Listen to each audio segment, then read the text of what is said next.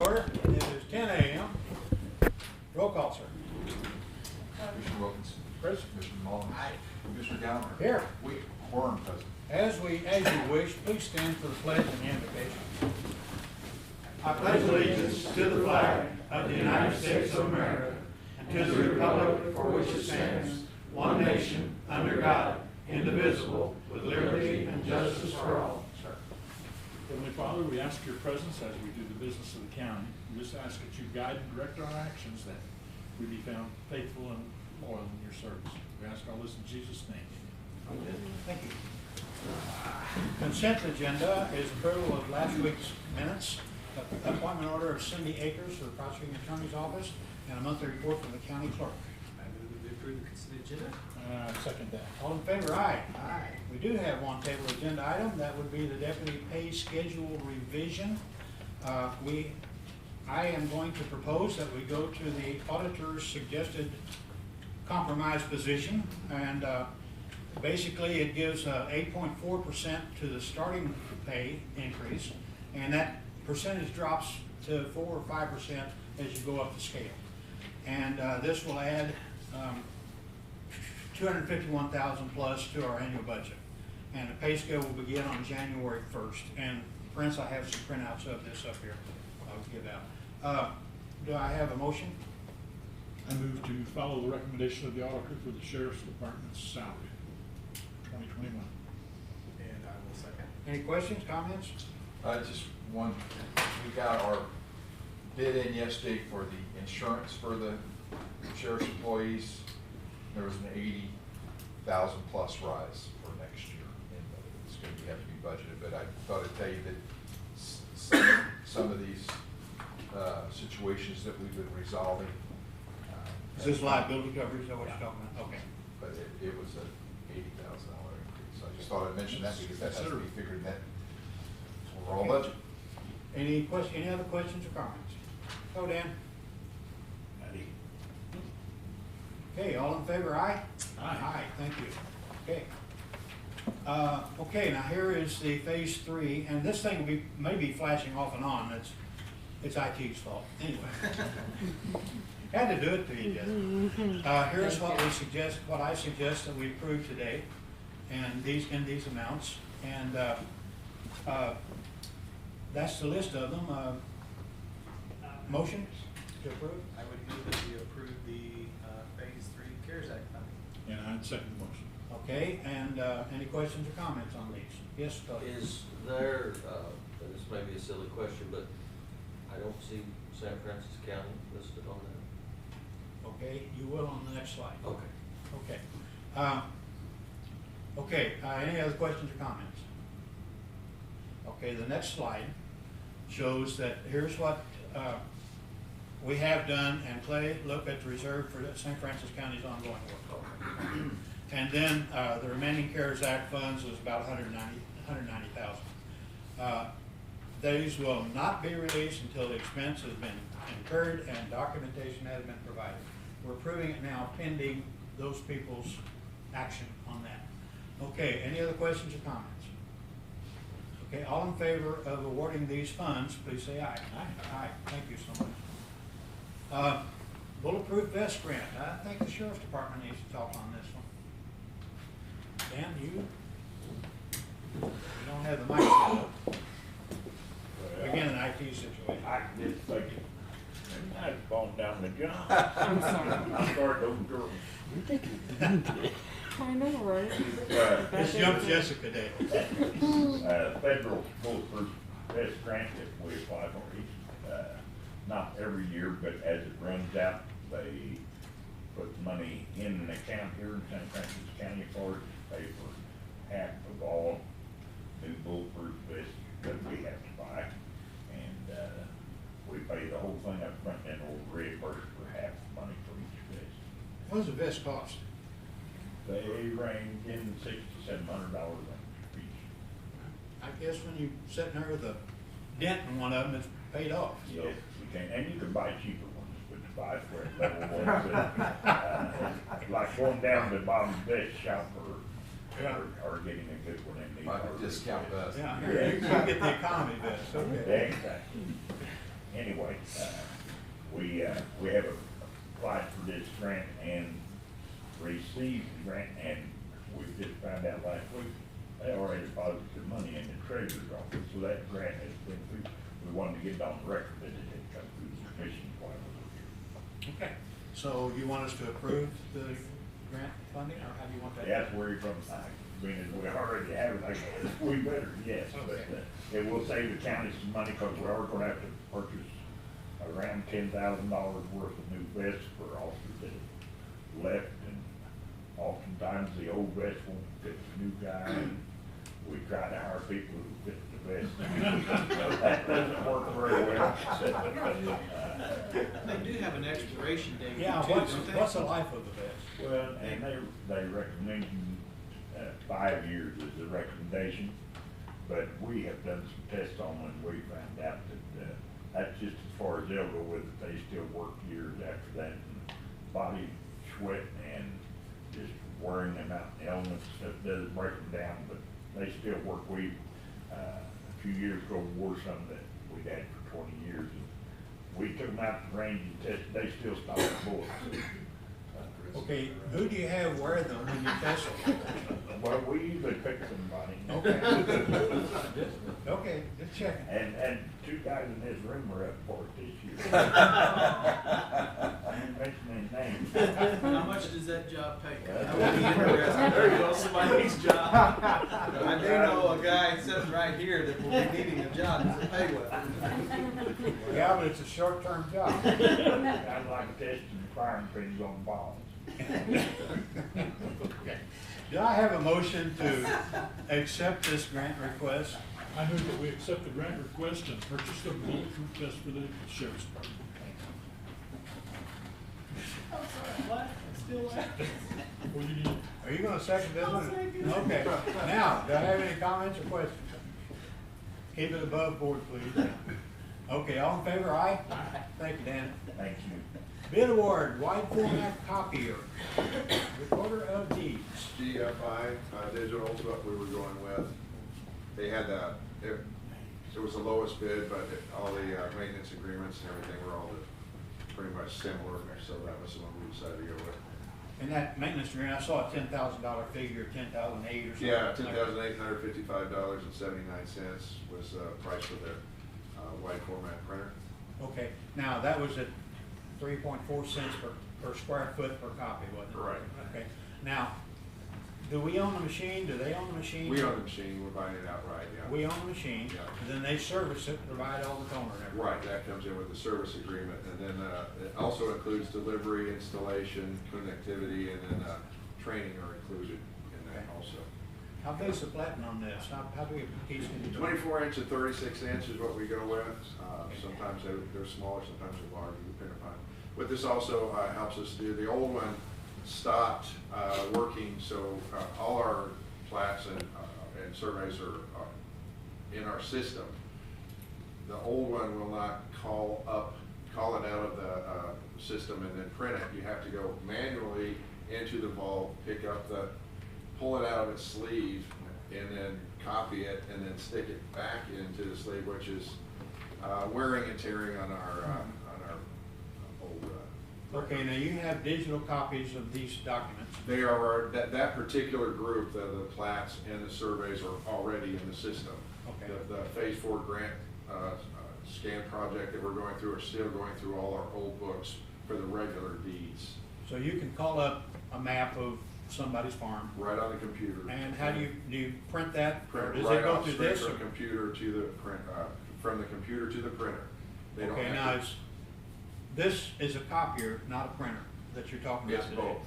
It's both? Yeah, So it'll this will scan. also print that Right, document? yeah. Okay, it just shows a copy.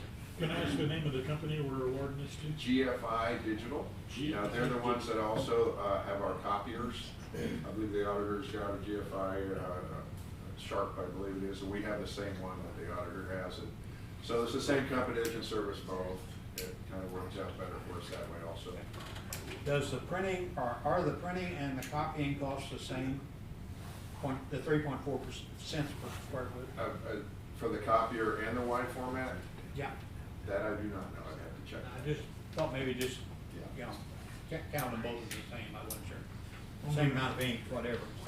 On the recommendation of the recorder of deeds, I move that we enter into the purchase agreement with GFI Digital for the scanner, or the recorder, or whatever it is. Copier printer, I guess. Copier, yeah. Okay, second?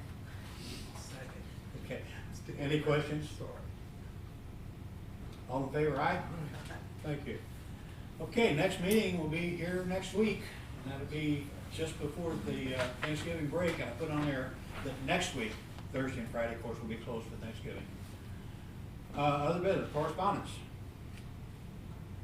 Public comments. Departmental reports. Yeah, Harold, I've got one. Go ahead. You will hear this be the last time, I hope, on the election, but I wanted to go over a couple things. Had a bunch of questions from me. We had a 74% turnout approximately. We had over 12,500. We discussed this a few months ago to try to encourage people to vote in person.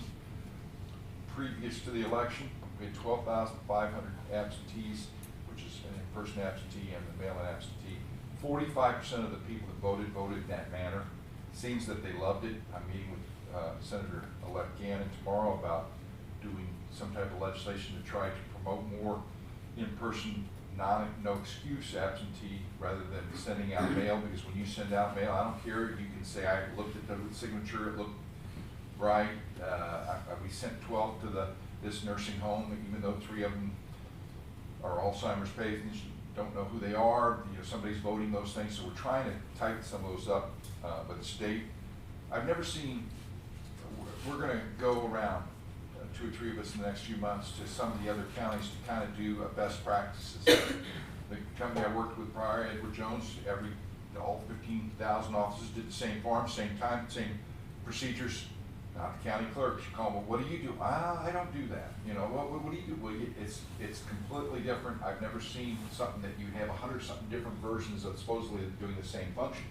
But we're going to try to go around to Cape and Jefferson County and try to find out. I think we had a great election, but maybe there's things that we should be doing, and we're going to try to evaluate that.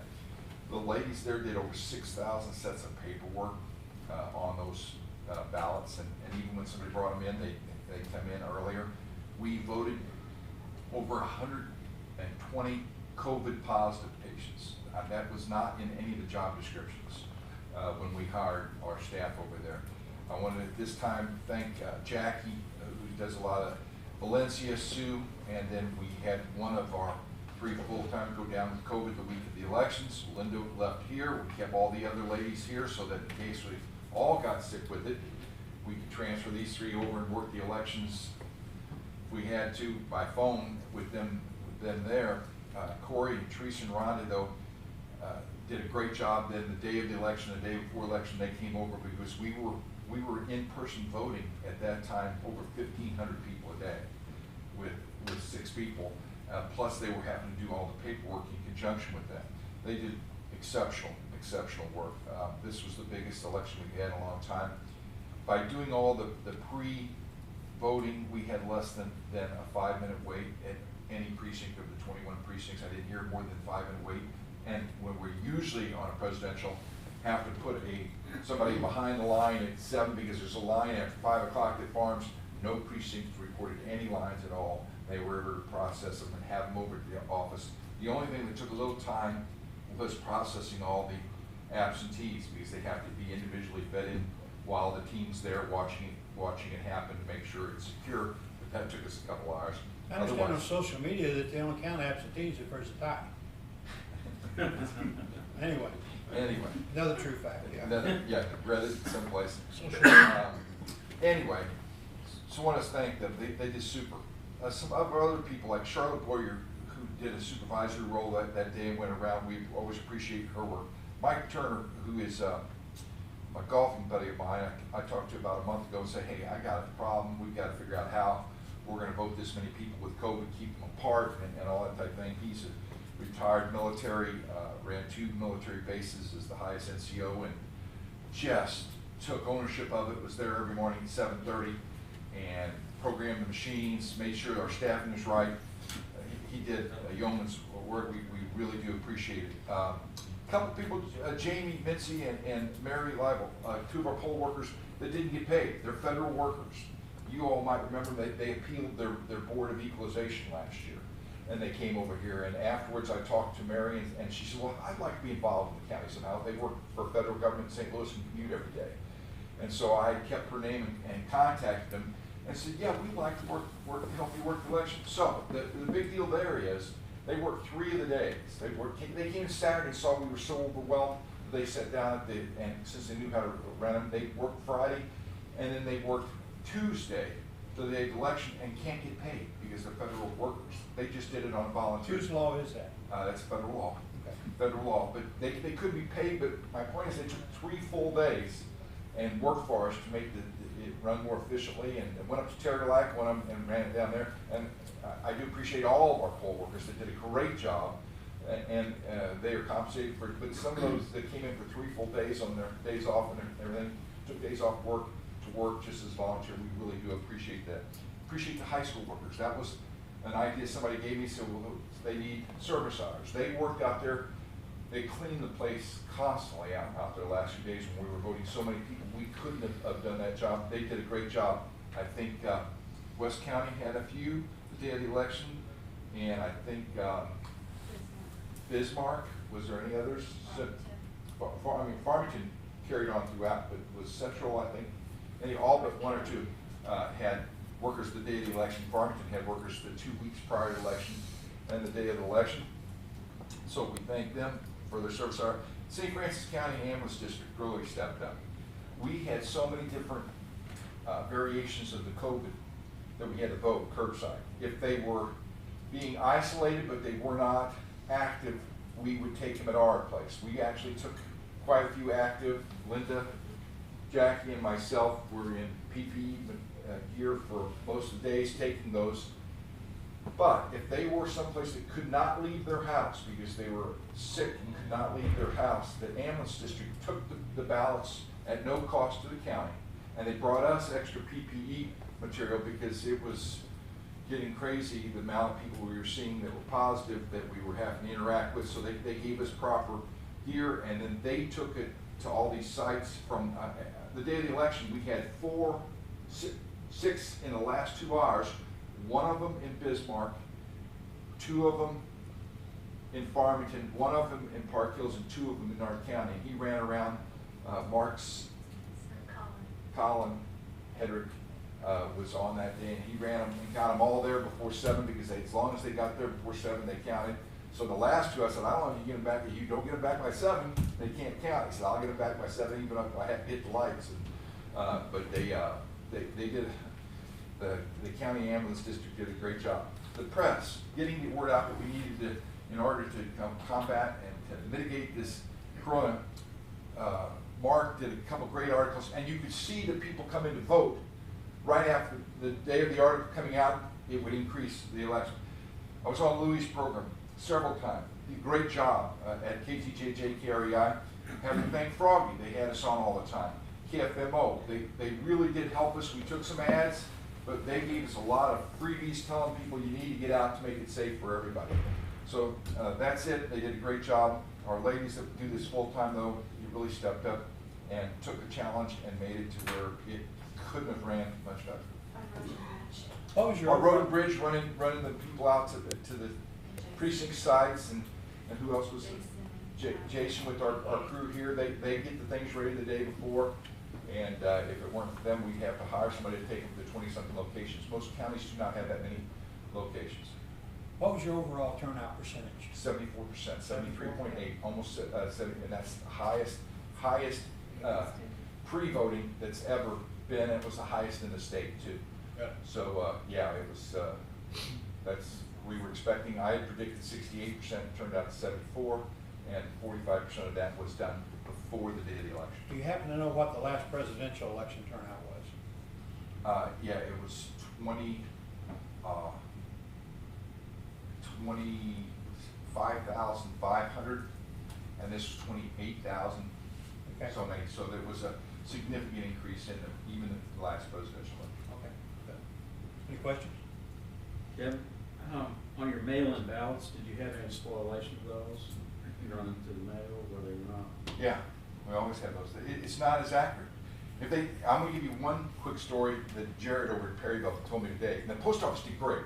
I mean, they did great. If I took them down there, they would send them straight to the cities rather than going and doing the Cape, St. Louis, and so they'd get their ballot the next day. They would run me out ballots every day that was coming in. Did a great job. The supervisor that day was there with 4 more ballots at 5 o'clock, saying these came in from the carriers. But he told me a story today which just shows this. They called him the day before and said, we have a ballot for Perry County. It's over here in Kansas City. We will get it there by tomorrow. It has to be there by tomorrow because contrary to like Pennsylvania and stuff, we have to have them in during election. So they took it to St. Louis. They sent somebody down from St. Louis with 1 ballot to make sure it got there in time. They put it in the absentee ballots, and when the absentee team took over at 5 o'clock, they looked at it. It had not been notarized, so they had to be thrown out. So that goes, yes, we have a lot of problems. A lot of people did not sign the backup. A lot of them that had to be required to be notarized did not get notarized. We didn't have any of the 12,000 some odd people that voted at our office bust a ballot, because once it goes in that box, it's counted. It's already done. You know what I mean? And whereas I don't care how you do it, there are some ballots that come in after, some come in and tore up, some come in and they weren't signed.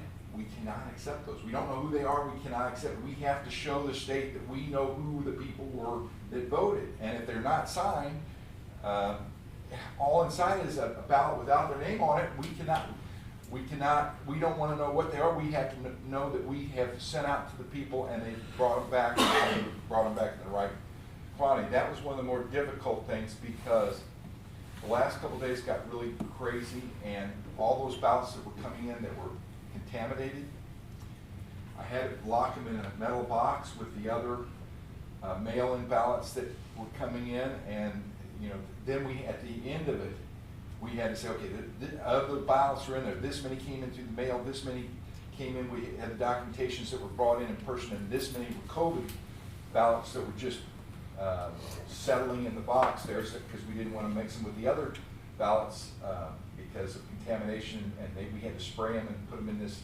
metal box. So I mean, that you've got a lot of added paperwork and problems with things that have to be dealt with the mail-in, and that's what I'm hoping Senator Gannon will go ahead and tighten up the elections. We're going to start a team to go around to the nursing homes, with Democrat and Republican, to vote these people prior, rather than just sending a dozen out to this nursing home, a dozen out to this nursing home, and whoever takes them around to those people. My mom voted, the nursing home's not in this county, but my mom voted the last 3 or 4 elections, and my mom didn't know my name, didn't know her name.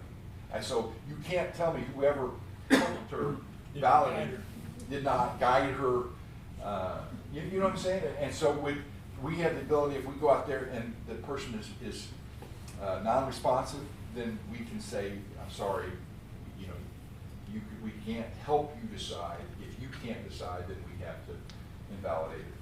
So even though I sign my ballot in this situation, that ballot goes through as a secret vote. Correct. When the system you sign the back of the envelope. Then we take the envelopes, tear them open, but the envelope has to show that it came in a documented fashion, or somebody could dump a bunch of envelopes. That's how we know that they weren't dumped. They were that person, and we can compare that signature.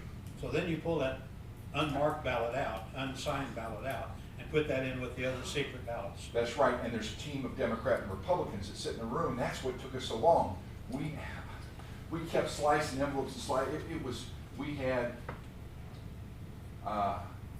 almost 10 times the normal mail-in ballots, and we had 35 times what we normally have in person and absentee total. So 35 times what our normal amount is really significantly different. But it took that amount of mail-in ballots, by having 2,000 some odd of them, took time to open them up and to feed them into the machines. After we all agreed that this is how many we have, this is how many we're going to be thrown out because they were not documented or they were not notarized when that one farm of the ballot had to be notarized, then the Democrats and Republicans say these are the ones that need to be counted. They're taken over and one by one fed in the machine to be counted. That's how that goes. Usually that takes half an hour, But just feeding in the machine took us over 3 hours. We started at 1, got finished at 1:30. Yeah, normally we don't start till after 3 or 4, so. Anyway, the reason I bring this up, once, I keep saying it, we didn't have any problems, and our staff did an incredible job considering that our 2 of our 3 full-time elections people got the virus within that window and had to be off for quite a bit, and the others had to come in and help out. We appreciate it. Thank you for that short, concise departmental report. Yeah, no problem. Anyway. Well, if it didn't happen, you'd been dead in 10 Yeah, minutes. any questions? Yeah, Dan? I just want to say one thing. I talked to a lot of people that went and pre-voted. It's painless, it's fast, it's easy. And in lieu of what's been going on in our nation this past year, Yeah. I think the rest of them maybe could learn something here. And it was safer, I think, too. I mean, both health-wise and security. That's why I'm encouraging Senator Gannon to do this on a permanent basis. I don't know why you are so fearful of that. The people absolutely love it. But the sheriff's department is there. Yeah, that's right. I saw a lot of your people that came through and voted early, as a lot of the people here. They did a great job. And some of our poll workers did a great job too over in Elvins. Face it. Okay. Yeah. Louis, what is Dr. Annette's last name at the hospital? Do you remember? Schnabel. Spell it, please.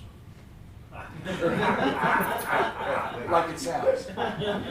You're wanting a cyberlick to All stab. right, well, I spent an extended time with her on the phone last night, and I've kind of gleaned what she told me. And they're having a rush at the hospital. It's a problem. They have the highest numbers now. They have 15 ventilators, and those ventilators, some of them are not as good as others. And so they have 7 now, maybe 8 on some days. Full house for 6 weeks, and they've shut down a cardiac rehab and some of the other services, especially any kind of elective surgery, just because they need those people working elsewhere in the hospital. Now, she did have a positive note about the vaccine. She said it may be available in 15 days or so, but they're concerned that some people won't take it because it's still called an experimental drug. And there is going to be a treatment that if you're tested positive but still don't have many symptoms, it'd be an infusion. It would be done on their 4th floor infusion. But there's a big concern on availability. They don't have any idea how much of this they'll get, or if any, and it's just, it's a nationwide problem, and here's the supply and zip, it's gone. So there's concern about that. And she did ask that we all wear a mask and work at solving the problem as best we can personally too. So it was a very nice chat with her. I was very impressed with the lady. Okay, any other departmental reports? Move to adjourn. All in favor, aye? Aye, thank you. Thank you all for coming.